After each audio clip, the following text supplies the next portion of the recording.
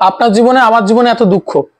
আমি কলকাতার ফুটপাতের ধারে দেখেছি ত্রিপল দিয়ে কোনোরকম একটা ছাউনি করা রয়েছে, তার মধ্যে 3-4টি ছেলে পুলে স্বামী স্ত্রী, গায়ে ধুলো ধূসরিত, টকবক করে ফুটছে ভাত, পাশে একটি ছোট্ট উনুনে, এবং তাদের সেই ডাল ভাত খেয়ে তারা দেখছি যে কতটা আনন্দ। আমি বাস ধরবো বলে দাঁড়িয়ে রয়েছি, দেখছি যে কি তাদের জীবনযাপন, কোনো দুশ্চিন্তা নেই। আর আমার আপনার জীবনে টাকা পয়সা ধন দৌলত বাড়ি গাড়ি আছে, তারপরেও জীবন থেকে দুঃখ যায় না। দুঃখ জ্বালার দুর্বিপাকে আমরা পড়ে রয়েছি। যাদের জীবনে এই দুঃখ বেশি তারা আজকের কথাগুলো শুনবেন, আমি গ্যারেন্টি দিচ্ছি আপনাদের জীবনের দুঃখ কিন্তু কমে যাবে। বারবার করে বলছি, কোন কাজগুলো করবেন, করলেই দুঃখ কমবে, জানতে হলে সঙ্গে থাকুন স্বস্তি বার্তার, দেখতে থাকুন স্বস্তি বার্তার এই বিশেষ অনুষ্ঠান। আমি প্রথমেই বলি যে দেখুন, দুঃখ আমাদের মনে, সুখ দুঃখ দুটোই মনে। আপনার মন যদি অ্যাডজাস্ট করতে পারে, আপনার মনকে যদি সেই জায়গায় নিয়ে যেতে পারেন, আপনি জীবনে কখনো দুঃখ পাবেন না। আমরা মনকে সেই জায়গায় নিতে পারি না। জীবনে অনেক কিছু দুর্ঘটনা ঘটে, অ্যাকসেপ্ট করতে জানতে হয়, অ্যাকসেপ্ট করতে হয়েছে, কি করা যাবে। মানুষ দুঃখ পায় তার আগের কথাগুলো চিন্তা করে, আর ভয় পায়, টেনশন করে আগামীর কথা চিন্তা করে। এই দুটোকে বাদ দিন। যে ঘটনাটা ঘটে গেছে, ধরুন আপনি ট্রেন থেকে পড়ে গেছেন, আপনার একটি পা বাদ হয়ে গেছে, সেই পায়ের কথা ভেবে কষ্ট পেয়ে লাভ নেই, বরঞ্চ বাকি একটি পা নিয়ে আপনি কি করে জীবনযাত্রা যেতে পারেন।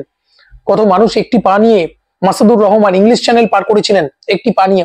এইসব গল্পগুলো পড়ুন, নিজেকে এইভাবে মোটিভেট করুন, আপনি জীবনে এগোতে পারবেন। স্বামী থেকে দুঃখ পেয়েছেন, স্বামী কথা শোনে না, স্বামী অন্য স্ত্রী লোকের সঙ্গ করে, আচ্ছা সময় থাকতে তাকে ডিভোর্স দিয়ে দিন। আর যদি মনে হয় যে পারবো না, তাহলে তাকে বাদ দিয়ে বাকি নিজের লাইফটা সন্তানদের নিয়ে, পরিবারের অন্য লোকেদের নিয়ে সেট করুন, ভালো থাকুন। আসল হচ্ছে জীবনে ভালো থাকা। আমরা এই মেনে নিতে পারছি না, আমরা অ্যাডজাস্ট করতে পারছি না বলে আমাদের জীবনে এত দুঃখ। কথাটা সত্যি, সব জায়গায় অ্যাডজাস্টমেন্ট চলে না, কিন্তু তার মধ্যে এটাও সত্যি আমাদের নিজেদেরও কিন্তু কিছু গুণ থাকে, আমাদের নিজেদেরও কিন্তু কিছু কিছু জিনিস কিন্তু আমাদেরকে মেনে নিতে হয়, মানিয়ে নিতে হয়, নিজেকে তৈরি করতে হয় সেইভাবে। তা নইলে কিন্তু জীবনে দুঃখ কষ্ট পাবেন। প্রত্যেকে বর্তমানটাকে আঁকড়ে ধরুন, বর্তমানটাকে আঁকড়ে ধরলে জীবনে কিন্তু বেশি বেশি আনন্দ পেতে পারবেন। বর্তমানটাকে, আপনার এখন যেটা চলছে, আগে কি হয়েছিল ওটা ভাববো না, আগামীতে কি হবে ওরে বাবা রে বাবা এসবও ভাববো না। বর্তমানটাকে ভালো করে এনজয় করার চেষ্টা করুন, দেখুন আপনার জীবনে 100% দুঃখ কমবে।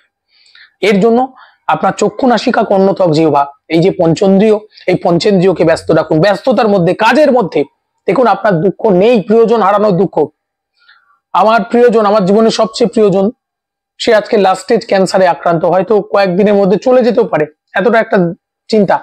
কিন্তু দেখুন আমি এতটুকু দুশ্চিন্তার মধ্যে থাকি না, আমি হাসছি, আপনাদের সঙ্গে কথা বলছি, এপিসোড তৈরি করছি। কি করে করছি জানেন? আমি একেবারে রাত 11টা পর্যন্ত নিজেকে কাজের মধ্যে, ফাঁকা সময় একটুও রাখি না, ব্যস্ত থাকি, যার ফলে দুশ্চিন্তা করার সময় নেই। ঈশ্বরের আশীর্বাদ, সবাই চেষ্টা করেও পারেন না, যাদের উপর ঈশ্বরের আশীর্বাদ আছে তারাই পারেন এই সব সময় ব্যস্ত থাকতে। এই ব্যস্ততাই আপনাকে সামনের দিকে নিয়ে যাবে। ব্যস্ত থাকুন, ব্যস্ত রাখুন নিজেকে, দুঃখ আপনার কমে যাবে। যারা সময় পাচ্ছেন না, যাদের ব্যস্ত থাকার কোনো জায়গাটা নেই, আমি বলবো বেরিয়ে পড়ুন, বেরিয়ে পড়ুন ভ্রমণে। থাকবো না বদ্ধ ঘরে, দেখবো এবার জগৎটাকে, দেখাই হোক না। পরবর্তী পর্বে বিস্তারিত আলোচনা হবে। কথাগুলো ভালো লাগলে প্রত্যেকে ছড়িয়ে দেবেন। আর কি, মন্দিরে যাবেন, যেখানে উপাসনা হয় সেখানে যাবেন, যেখানে পজিটিভ মানুষ ঘোরাফেরা করছে সেখানে গেলে কিন্তু আপনার মনের ভার অনেকখানি হালকা হবে, আপনারা নিজেরাই বুঝতে পারবেন।